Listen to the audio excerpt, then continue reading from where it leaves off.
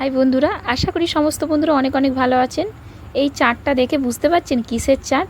পুরো ভিডিওটা দেখতে হবে এই চাটটা বোঝার জন্য। দেখুন, বড় একটা পেঁপে নিয়ে নিয়েছি। পেঁপের পেছনের অংশটা কেটে বাদ দিয়ে দিলাম, তারপরে অর্ধেক করে নিচ্ছি। পেঁপে অনেক বন্ধুরাই খেতে চান না, কিন্তু এভাবে চাট বানালে হাত চেটে পুটে খাবেন।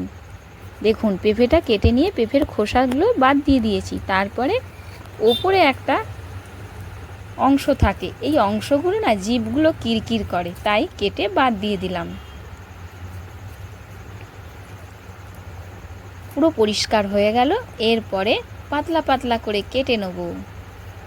আজকের চাটটা দুর্দান্ত, অবশ্যই ট্রাই করবেন। আর খুব পাতলা পাতলা করে কিন্তু কাটতে হবে। পাতলা পাতলা কাটার পর জিরে জিরে করে কেটে নিলাম। তারপরে একটা শুকনো লঙ্কা গ্যাসে পুড়িয়ে নিলাম। শুকনো লঙ্কার বোঁটাটা ছিল না, তাই সাঁড়াশি দিয়ে ধরেই পোড়াতে হলো।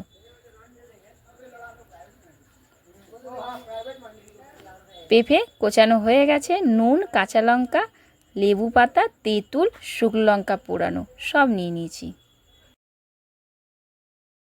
একটা কৌটোর মধ্যে পেঁপে কোচানো দিয়ে দিলাম। পরিমাণ মতন কাঁচা লঙ্কা কোচানোও দিয়ে দিলাম। লেবু পাতাগুলো ছিঁড়ে ছিঁড়ে দিয়ে দিচ্ছি। লেবু পাতার গন্ধ জাস্ট কি বলবো বন্ধুরা, অসাধারণ। এরপর শুকনো লঙ্কা যে পুড়িয়েছিলাম নুন দিয়ে দলে নিয়ে দিয়ে দিচ্ছি। তারপরে পরিমাণ মতো নুনও দিয়ে দিলাম। তেঁতুলটাকে অল্প করে জল দিয়ে গুলে নিলাম। এবারে দিয়ে দিলাম পেঁপে কোচানোর মধ্যে,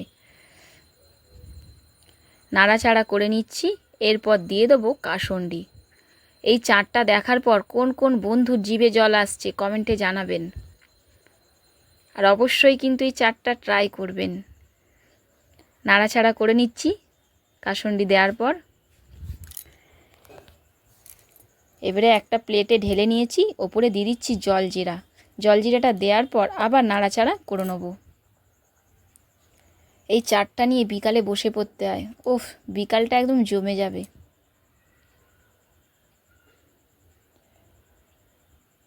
আমি চাটটা বানাতে বানাতেই জিভে জল এসে যাচ্ছে, কি বলবো। ভাবছি কতক্ষণে নিয়ে বসবো। নিয়ে বসে পড়েছি। আমার দুর্দান্ত লাগে পেঁপের চাট খেতে। ভিডিওটা ভালো লেগে থাকলে অবশ্যই লাইক, কমেন্ট, শেয়ার করতে ভুলবেন না। আপনাদের কমেন্টের অপেক্ষায় থাকলাম। পরের ব্লগে দেখা হবে। সুস্থ থাকবেন, সবল থাকবেন। বাই।